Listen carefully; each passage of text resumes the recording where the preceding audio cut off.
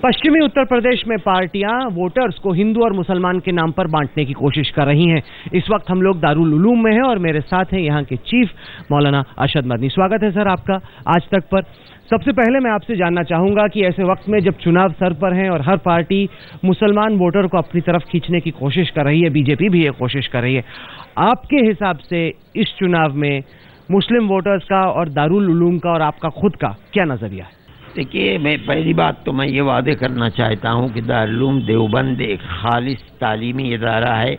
इसका सियासत से कोई ताल्लुक़ नहीं है, इसलिए इलेक्शन के मौजू के ऊपर दारुल उलूम से कोई सिलसिले में आगे लाना ये बिल्कुल नामुनासिब बात है। दारुल उलूम का ताल्लुक़ इलेक्शन से कुछ नहीं। आप मुझसे पूछना चाहते हैं तो मैं एक बात कहता हूँ और वो मैं अपनी तरफ से कहता हूँ, और बात चीज़ें वो हैं कि जो मैं जमीयत उलमा की तरफ से कह सकता हूँ कि हमारा मुल्क एक सेकुलर मुल्क है और हम ये समझते हैं कि सेकुलरिज्म ही इस मुल्क की जान है। यहाँ बेशुमार अक़लियतें रहती हैं और वो अक़लियतें सेकुलरिज्म के होते हुए अपने मजहबी मामलात के अंदर आज़ाद हैं।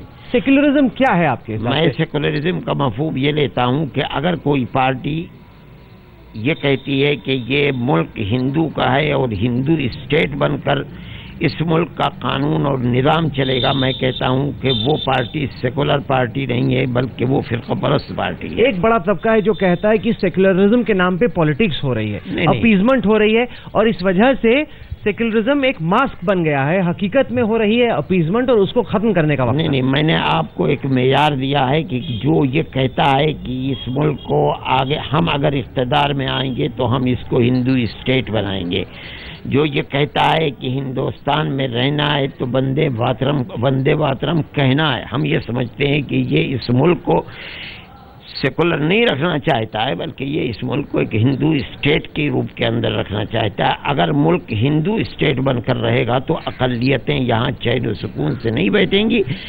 एक मर्तबा इस बुनियाद के ऊपर मुल्क तकसीम हो चुका है, फिर मुल्क तकसीम होगा और टूटेगा। ये मुल्क जिंदा अगर रह सकता है तो सिर्फ प्यार और मोहब्बत से रह सकता है, आज़ादी के साथ रह सकता है। आपके हिसाब से अगर कम्युनल फोर्सेस पावर में आ जाए तो मुल्क टूट जाएगा, पार्टीशन हो जाएगा? हो नहीं सकता है। कौन है अक़लियतों को कौन रख लेगा? अक़लियतें रह जाएंगी। मैं आपसे एक सवाल करता हूँ, अरे भाई, इंडोनेशिया के अंदर एक छोटा सा इलाका था तैमूर, जिसके अंदर ईसाई रहते थे। सारी दुनिया ने मिलकर के मुल्क को तकसीम करा दिया, नहीं करा दिया? आप देखिए, सूडान के अंदर जुनूबी हिस्से में थोड़े से हिस्से के अंदर ईसाई की अगलबियत थी, तकसीम करा दिया ईसाई मुल्कों ने रह करके।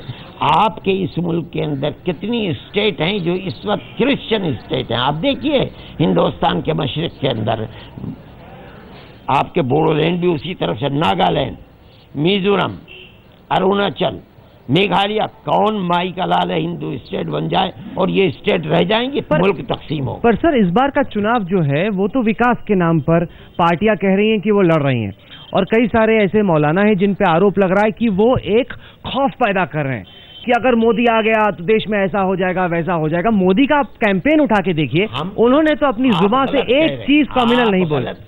हम मोदी को कभी नहीं कहते। एक मोदी नहीं, 50 मोदी आ जाएं, हमें मोदी का खौफ नहीं है। हम तो ये कहते हैं कि मुल्क दो नजरियात की जंग लड़ रहा है। ये मुल्क हिंदू स्टेट रहे, बीजेपी कहती है हिंदू स्टेट रहे। उसने अपने आदमी को लाकर खड़ा कर दिया कि ये मोदी है। मोदी की जात से कोई ताल्लुक नहीं है। पर आपको नहीं लग रहा कि आरएसएस भी और बीजेपी भी बदल रहा है? हिंदू स्टेट की, राम मंदिर की, अयोध्या की, राम जन्मभूमि की इस बार बात नहीं हो रही है। वो कह रहे हैं कि हिंदू हो या मुसलमान ये छोड़ दो, रोजगार के बारे में सोचो, विकास के बारे में सोचो। गरीबी हिंदू मुसलमान दोनों को इम्पैक्ट। इक़्तिदार को हासिल करने के लिए एक धोखा है। अगर इक़्तिदार में आ जाएंगे तो जो हालात मुल्क के अंदर बद से बदतर अक़लियतों के लिए आ जाए, इससे 50 गुना ज़्यादा होने का ख़तरा है हमें। और हम ये समझते हैं कि अगर उनको इख्तिदार होगा तो सबसे पहले जो छुरी अगर चला सकते हैं वो, अगर उनके अंदर इख्तिदार मुकम्मल हो गया, सबसे पहली छुरी वो चलाएंगे कि अक़लियतों और बिलखुसूस मुसलमान को वोट के हक़ से महरूम रखेंगे।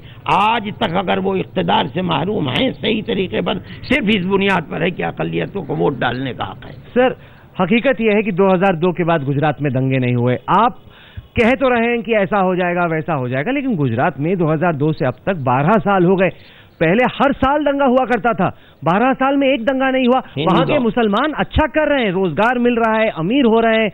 सच्चर कमेटी की रिपोर्ट कहती है कि समझ रहे हैं, आप गलत समझ रहे हैं। गुजराती जहां है कारोबार के साथ जिंदा रहता है। गुजराती रंगून में था, रंगून के अंदर सबसे बड़ी अकलियत इक्तिसादी एतबार से थी। रंगून गैर आबाद हुआ, वहाँ के वो चले गए साउथ अफ्रीका के मुसलमान को देख लीजिए, गुजरात को बिल्कुल टॉप के ऊपर है। साउथ अफ्रीका से निकल करके वो इंग्लैंड के अंदर पहुंचे, इब्तदाई हालात उनके खराब रहे। जो दिन भी गुजर रहा है वो इक्तिसादी एतबार से आगे बढ़ रहे हैं। ये उनकी अपनी जाती सलाहियत है कारोबार करने की, वो इसलिए मोदी ने क्या किया ये बताइए कि जैसा फसाद मोदी ने किया है, हिंदुस्तान के अंदर कोई फसाद उस नौयत का 65 साल के अंदर हुआ है? क्यों 84 के दंगे हुए, दिल्ली के दंगे हुए, भागलपुर के दंगे हुए, महाराष्ट्र में पिछले साल दंगे हुए, यूपी में मुजफ्फरनगर में तो सितंबर में दंगे हुए, 60 लोग मरे। लेकिन कोई ऐसा दंगा जिसमें चीफ मिनिस्टर से लेकर के और पुलिस एहलकार तक हर एक मुस्लिम की नस्ल कुशी करने के ऊपर लगा हुआ कोई नहीं। आप कैसे कह सकते हैं? हिंदू भी मरे, मुसलमान भी मरे, 300 हिंदू मरे थे गुजरात के दंगों में। आप पैदा भी नहीं हुए थे उस वक्त से मैं दंगों को देख रहा हूँ, जमीयत उलमा से ज्यादा दंगों को देख रहा हूँ, कोई नहीं है। नहीं, आप क्या कहते हैं? पर हकीकत है कि नहीं मौलाना साहब? मैं जिस हकीकत को कह रहा हूँ उसको अपने ऊपर भुगत कर कह रहा हूँ। मैं उन हाथों को पहचानता हूँ जिन हाथों ने मुसलमानों को कत्ल। आप नहीं पहचानते, आप क्या जाने कत्ल किस चीज का नाम है, आप क्या जाने आग लगाना किस चीज। मुस्लिम अकलियत से पूछिए, वो उन हाथों को पहचानती है जिन हाथों ने खंजर से मुसलमान को ज़बह किया। मैं जानता हूँ कौन ज़बह करने वाले। आप फसादात की तारीख मुझसे बताएंगे, मुझसे पूछिए फसाद। पर 2002 के बाद तो दंगा नहीं हुआ। हकीकत है ये गुजरात की, पहले गुजरात में हर साल दंगा हुआ। जो दंगा हो गया है गुजरात के अंदर, उसने मुसलमान की कमर को तोड़ दिया था, मायूस कर दिया था। ये तो मुसलमान सख्त जान है, हमारी पहाड़ की तरह की वो जिंदा है, वरना मोदी और बीजेपी मुसलमान को जिंदा रखेगी। आज भी अगर वो खुदा न खास्ता मुल्क के अंदर इख्तिदार हासिल होगा, सबसे बड़ा भुगतान मुसलमान को भुगतना पड़ेगा। और मुझे ये खतरा है कि कहीं म्यांमार की तरह मुसलमान हिंदुस्तान के अंदर जिंदगी ना बसर करे। पर हकीकत ये भी है कि कई सारे मुसलमान तो अब बीजेपी और मोदी की तरफ रुख कर रहे हैं। साबिर अली गए, एमजे अकबर गए, और आप अमूमन जो यंग मुसलमान है, जो नौकरी की तलाश में है, जिसको अपने फ्यूचर की फिक्र है, वो तो कह रहा है कि उतना मोदी बुरा नहीं है जितना मौलाना साहब बताते हैं। मोदी का क्या मसला है? बीजेपी उतना बुरा नहीं। आप गलत कहते हो। बीजेपी आरएसएस का बिंग है। मैं कहता हूँ ये बीजेपी किसी अकलियत को और बिलखुसूस मुसलमान को मुल्क के अंदर आज़ादी के साथ जीने का हक नहीं देती। आज तक जो कुछ हुआ है वो बीजेपी के नजरियात ही से हुआ है, और बीजेपी अपने नजरियात को खत्म कर दे और हमारे सामने आए और हमें तजुर्बा करने दे कि वो अपने नजरियात से हट गई। हम बीजेपी की हिमायत। तजुर्बा आपको हो नहीं रहा। कैंपेन उठा के देखिए, एक भी शब्द कम्युनल या हिंदुत्व या राम मंदिर का अब तक बीजेपी ने नहीं। आप नहीं समझते, जरूरत के वक्त आदमी गधे को भी बाप बनाता है। आज उन्हें इख्तिदार की फिक्र है, इसलिए मुसलमान के लिए ये बात कह रहे हैं। अगर इख्तिदार न होता तो हम देखते बीजेपी कैसे कहती है। कितनी मर्तबा खड़े होकर के बीजेपी ने और मोदी ने गुजरात के फसाद के ऊपर माफी मांगी है, बताइए आप। माफी तो नहीं मांगी है तो क्या पता चला? पर वो कहते हैं कि अगर मैं गुनहगार हूं तो मुझे फांसी दे दो। ये बात नहीं है। इसका मतलब ये है कि वो शर्मिंदा नहीं है मुसलमान की नस्ल कुशी के ऊपर। अगर शर्मिंदा होते तो वो कहते कि हम शर्मिंदा नहीं, पर वो कह चुके हैं कि उन्हें अफसोस है। नहीं, ये कोई वो कहते हैं कि गम है। बीजेपी आरएसएस सब खड़े होकर के कहें कि हमसे गलती हुई है, माफ कर। आज नहीं, आज तो उन्हें जरूरत है भीख मांगने की, मुसलमान के वोट की जरूरत है, इसलिए कह रहे हैं। वो ये कह करके आम हालात के अंदर ये साबित करें कि उसका नजरिया तब्दील हो गया है, हम उन्हें गले लगाने। कैसे साबित होगा आपके? इसलिए इलेक्शन के जमाने में इलेक्शन गुजर जाए, वो आए मैदान के अंदर और आकर के कहें कि हम अपने नजरिए को तब्दील करते हैं, हम उन्हें गले। पर आप माफी सिर्फ और सिर्फ बीजेपी से क्यों मांगते हैं? इसलिए से यहाँ पे सर 60 लोगों की मौत। मैं कहता हूँ आपने अखिलेश से माफी क्यों ना मांगी? मैं इसलिए नहीं कहता हूँ कि मैं पहले दिन से कह रहा हूँ कि जिन लोगों ने फसाद कराया है उनकी चैन मुजफ्फरनगर से लेकर के वहां तक जुड़ी है। वो वही ज़हनियत है जो फिरका परस्त ज़हनियत है। वरना तो एक बात है, अरे भाई सपा को इख्तिदार में मुसलमान ही लाया था। ये बीएसपी वालों ने भी इसको माना है और सपा वाले भी मांग। ये कैसे हो सकता है कि जिस पार्टी को इख्तिदार में मुसलमान लाया है वही पार्टी अपने पैरों के नीचे से जमीन खुद निकल, मैं ऐसा पर हो रहा है, वो नहीं हो रहा है, उन्हीं हाथों से हो रहा है जिन हाथों के अंदर क्रिमिनल भरा हुआ है उन्होंने, वरना तो जैसी उन्होंने मुसलमान पीड़ित लोगों की मदद किया, आज तक तो 65 साल में किसी ने मदद की नहीं है।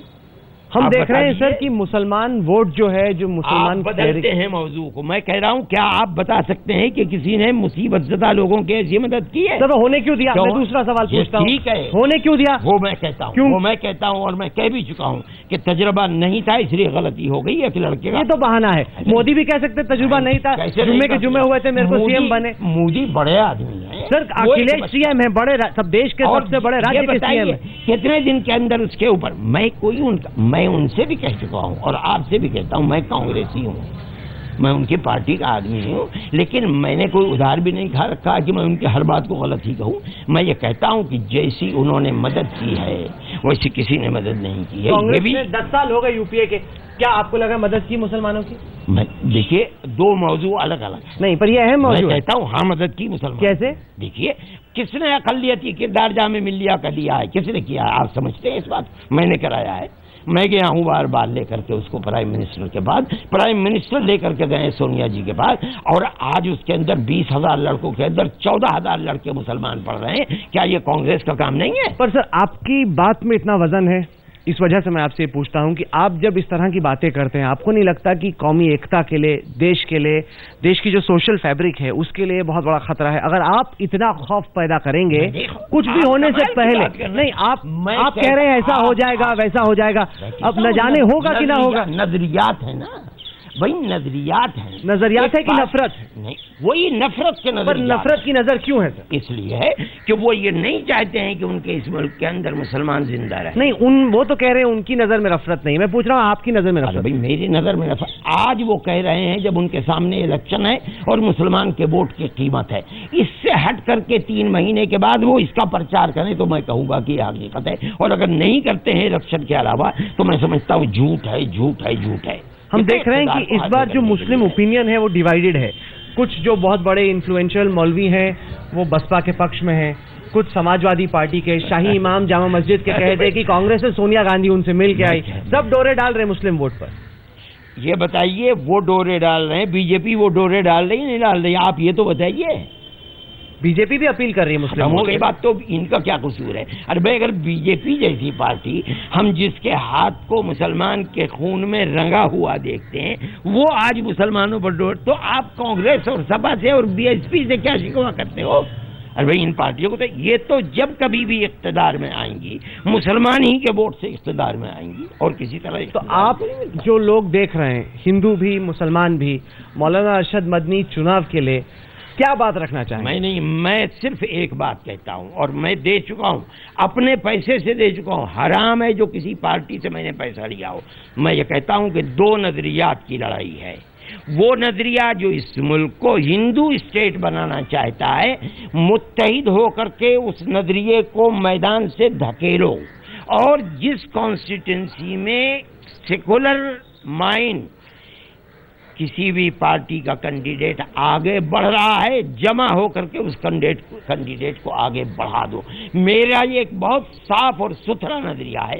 कहीं बीएसपी का बढ़ रहा है, उसे आगे बढ़ा दो। कांग्रेस का बढ़ रहा है, उसे आगे बढ़ा दो। समाजवादी पार्टी का बढ़ रहा है, आगे बढ़ा दो। आपका आगे बढ़ रहा है, आगे बढ़ा दो। बीजेपी को न आने दो। अगर आएगी तो उसका भुगतान सब भुगतेंगे, अक्सरियत भी और अकलियत भी। मुल्क से चैन और अमन जाएगा, और सबसे ज्यादा जो भुगतेगी वो मुस्लिम अकलियत। पर आप ये कहेंगे, मेरा एक नजरिया है, मैं उस नजरिए के अंदर आजाद हूँ। पर आप ये कहेंगे तो दूसरा पर्सपेक्टिव होगा कि हिंदू पोलराइज हो जाएगा। नहीं, आप कह रहे हैं कि मुस्लिम वोट कंसोलिडेशन होना चाहिए। नहीं, जो बात उल्टा इम्पैक्ट ये होगा कि मुस्लिम पोलराइज हो जाएगा, देश हिंदू और मुस्लिम के नाम पे बढ़ जाएगा। नहीं हो सकता। क्यों? मैं ये कह रहा हूँ कि वो आगे बढ़ने वाला कैंडिडेट हिंदू हो तब, मुसलमान हो तब, उसे आगे बढ़ाओ। कैसे हो जाएगा? अरे भाई, बीएसपी के सारे कैंडिडेट मुसलमान हैं, समाजवादी पार्टी के सारे कैंडिडेट मुसलमान हैं। पर उसके नाम पर बीजेपी के पक्ष में नहीं, हिंदू वोटर पोलराइज हो जाएगा। अगर मैं ये कहूं कि मुसलमान को आगे बढ़ाओ, चाहे वो किसी भी पार्टी का हो, तो आपकी बात। मैं कहता हूं हिंदू हो सिख हो, आप उसे आगे बढ़ा दीजिए अगर उसका पल्ला भारी है। इसके अंदर कैसे हो जाएगी फिरका परस्ती? जमीयत उलमा को कोई ये कहे फिरका परस्ती, हमने तो फिरका परस्ती के मुकाबले में अपनी टोपियों को पैरों से रजवाया है। हमारे तो सर की पगड़ियों को लोगों ने, हमने तो कभी फिरका परस्ती, हम आज भी फिरका परस्त नहीं है। मौलाना अरशद मदनी साहब, आपने आज तक के लिए वक्त निकाला, इसके लिए आपका बहुत बहुत शुक्रिया।